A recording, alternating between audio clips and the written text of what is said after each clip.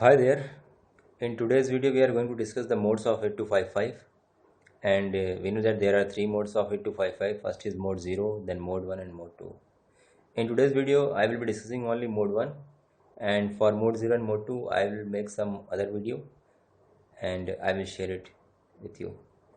So, we are starting mode 1. So, basically, what is mode 1? So, in mode 1, handshake signals are exchanged between the microprocessor unit and peripherals prior to data transfer. That means if some data is getting exchanged in between microprocessor units and some peripheral, then first of all some signals will be exchanged and then data will be transferred. So basically it means that if there is some microprocessor 805 and microprocessor wants to transmit some data to some peripheral device, or if some peripheral device want to transmit some data to 8085, then before the transmitting data, before exchanging the data, first of all microprocessor will check the status of this peripheral device, that whether this device is ready to receive the data, and also if microprocessor is reading some data from this peripheral device, then again microprocessor will check that if this device is ready to accept the data or to transmit the data. That means in this case microprocessor will transmit or receive some data only if this device is ready. So basically by this the loss of data will be very much reduced as compared to mode 0. So we can say that for mode 1 data is exchanged in between microprocessor unit and peripherals, but before exchange of data some control signals are exchanged first, and those signals are called handshake signals. So let us see the main characteristics of mode 1. So first point is, in mode 1 there are two groups, group A and group B, and these two groups will be configured as either input or output, and in each group, either in group A or group B, there will be 8 group that those will be assigned as either data port. I mean to say they will be 8-bit data port and they may be either input or output, and apart from that some bits from port C. We know that in group A there are port A and port B, and apart from that half of the port C is associated with one group and half of the port C is associated with another group. So some bits from those leftover port C will be used as data port here. So we will see it in detail. And next is those input or output 8-bit data ports will be latched. That means inside this 8255 a latch will be present, either we are connecting some input device or some output device, so there will be some latch inside the 8255. So in between 8085 and peripheral devices there will be 8255, and in 8255 there will be a data latch present here. And next point is it supports interrupt logic. Interrupt logic means if microprocessor wants to send some data to peripheral device, or if peripheral device wants to transmit some data to processor, in both the cases interrupt logic will be used. That means this peripheral device will be interrupting microprocessor using 8255. So basically 8255 will serve as a interrupt for this peripheral device. So after getting the definitions and basic characteristics of 8255 mode 1, now we are going to explain actually what pins are used here and what is the role of different pins. Those are used as control pins here. So as data ports can be either input or output, so one by one we will be discussing input and then output. So first of all we are discussing input port.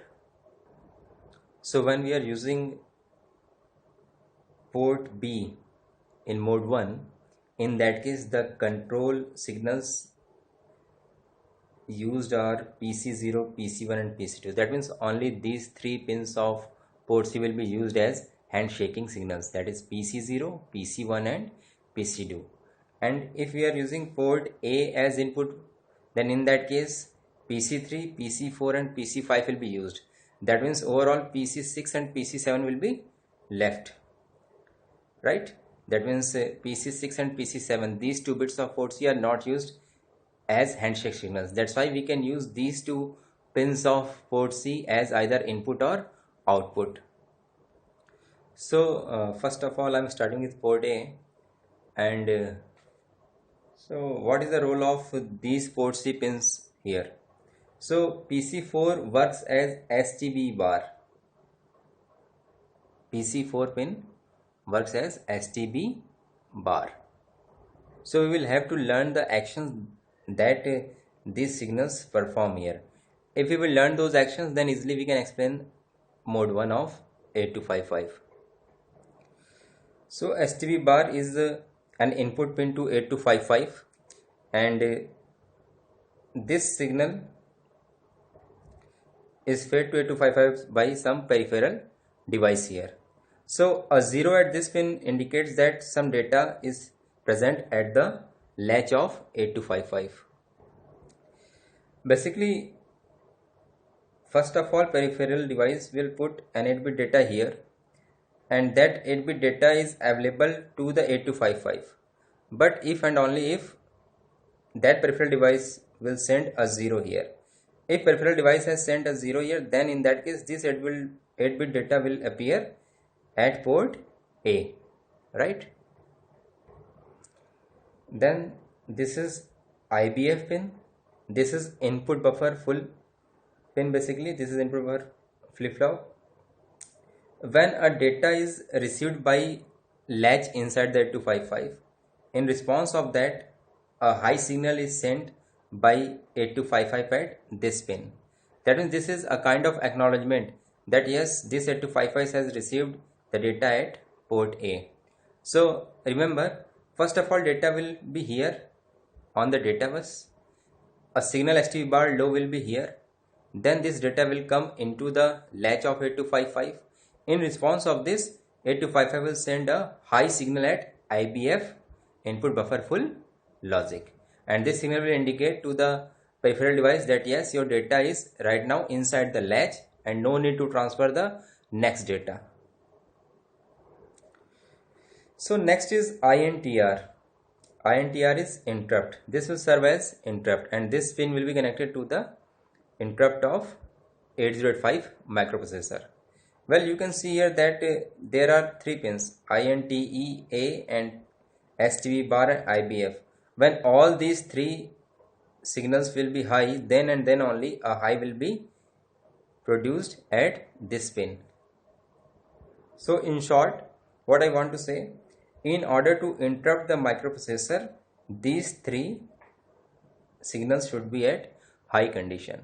That means anyhow you will have to put a high at this pin. This is INTEA, and this INTEA, this is basically PC4 pin. You will have to use bit set reset mode to set this pin PC4. If you are setting PC4 using bit set reset mode, it means you are setting INTEA flip-flop. So you have programmed this INTEA at 1, and then after communication with peripheral device, this pin will be after some time get a 1 position, and this will also get 1 position, and these all 3 pins will be at high logic, and then an interrupt signal will be sent to the microprocessor 8085, and after that a subroutine will be run that will read the data present at the latch of 8255. In similar fashion, we can see the port B. Similarly, again a data will be here from the peripheral device, and in order to latch that data into the 8255, a low at STB bar pin will be required, and this will be sent by the peripheral device. After getting a low at here, this data will received by the latch inside the 8255, and in response to that data a high signal will be kept at this pin by the 8255. This is IBF, and when after some time these two will be 1, and we will put INTEB. Now this is connected to the PC2, second pin, PC0, PC1 and PC2. So third pin of port C, this is connected to the PC2. So if we will set PC2 by using bit set reset mode, then that means we are setting INTEB flip-flop at high. So when we get all these three signals at high position, then we can put a high at INTR, okay, and this will interrupt the microprocessor 8085, and again the subroutine will run and microprocessor will read the data from this latch. Okay, so this was the basic explanation of all the pins or control signals or handshake signals. And now I am going to explain you the diagram, the timing diagram, how we can learn this all process using this diagram. So you just have to remember all the sequences that what we have learned before. So first of all, data will be present. This is from left to right, this is timeline. Okay, so from left to right time is increasing. So first of all, data will be present here. Okay, and when STB bar will be low, then this data will be latched to the 8255 latch. And as we know that IBF, input buffer full signal, will go high in response of this signal. IBF will go high in response of this signal because of this signal data is latched inside the latch of 8255. So that means IBF will get high just because of a low at STB bar pin. So that's why after STB bar will go low, there will be a high signal at IBF pin. And you can see after certain time the STB bar pin will again go back at high position. IBF is again high at that time, and now these two signals are at high position, and we have already set the INTEA flip-flop at high position using bit set reset mode. Okay, so that means now all these three signals will be at high position and we will get an interrupt signal here, we will get a high signal here. So that means INTR signal will go high in response of these two 1 values, and this INTR signal gets low when CPU, that means microprocessor, reads the data from 8255. So these are the sequences. Basically, if you know the line of action here, that which event is occurring first, then you can simply understand the timing diagram here. So remember, basically an interrupt will be sent to the 8085 microprocessor, and there some subroutine, some program will be written, and that program will read the data present here in the latch of 8255. Now we are going to see the how we will configure the ports as output. So in case of output mode, okay, that means we are going to use port A and port B in mode 1, and now we are going to configure these ports as output. Then in that case, for port B, PC0, PC1 and PC2, these three pins will be used from port C, and for port A, PC3, PC6 and PC7 will be used. That means in this case PC4 and PC5 will be left. That means we can use these two as simple input or output lines. Now again we have certain definitions here. We will have to understand the role of OBF, ACK and INTRA. So here first of all microprocessor will write some data to the latch of port A. So some data is written here, and in response of that written data, that is now for peripheral device, the data is present here, the data is available here. In response to that, in order to tell the peripheral device, 8255 will put this pin at low signal, that means OBF, output buffer full. This is output buffer full flip-flop. So 8255 will put a 0 at this pin, and this 0 will serve as a signal to the peripheral device, and that peripheral device will come to know that yes, some data is present at this latch of port A. So basically a low at this pin, that means a low at PC7, will indicate that the CPU has written some data at this port. Now if peripheral device has received this signal, and now that device is going to read the data that is present here at port A. In that response, that particular peripheral device puts a 0 value here at ACK bar pin. This is basically acknowledgement pin. That peripheral device will acknowledge to the 8255 that yes, I have got your message and now I am going to receive the data present here at port A. And when after some time this pin will be in high logic, this pin will also be in high logic, and if we have set this INTEA by using again bit set reset mode at 1 logic, then an interrupt will be sent to the 8085 microprocessor, and this interrupt will serve as that now 8255 or peripheral device is again ready to accept the next 8 bit of data. So it means that earlier this will be 0 and this will be 0, but after some time both of these will be converted to the high logic, and then those two high logic and one high logic here will send a high at this pin, and this pin will serve as this pin will serve as interrupt to 8085 microprocessor, and microprocessor will run some subroutine again to send the next data to the 8255. So this is the timing diagram for output port. So in this timing diagram we will have to take care of INTR, and we will have to note that this INTR pin, this pin gets low, okay, when there is a falling edge of WR bar signal. So we can see here that when 8085 has written some data here at port A, that means microprocessor will be using WR bar control signal, and a low and a falling edge of WR bar, okay, this will set INTR to a low position, right? So earlier INTR will be at high because of previous communication, but after detecting a falling edge at WR bar, this INTR signal will turn to low logic,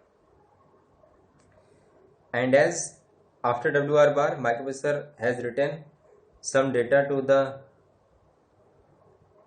latch of port A, so OBF bar signal will come to a low position, okay, now it will be at a low logic.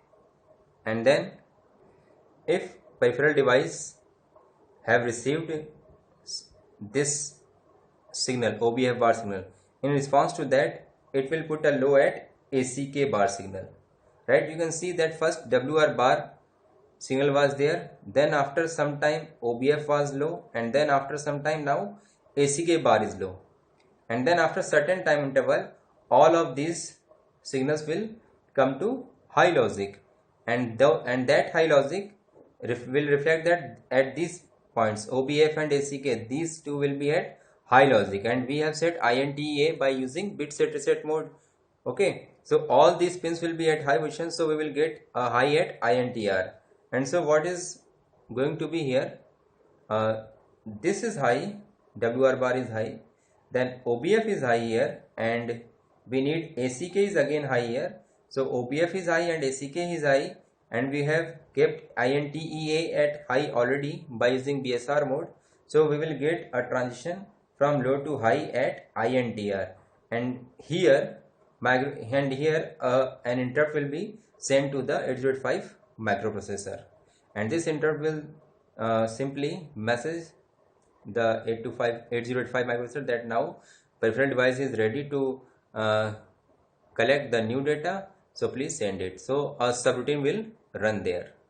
So in this video this is all about the mode 1, and in my further next videos I will be sharing some program of mode 1, some example of mode 1, and then video related to mode 0 and mode 2 I will upload there. So if you like my videos, and please subscribe to my channel. Thank you.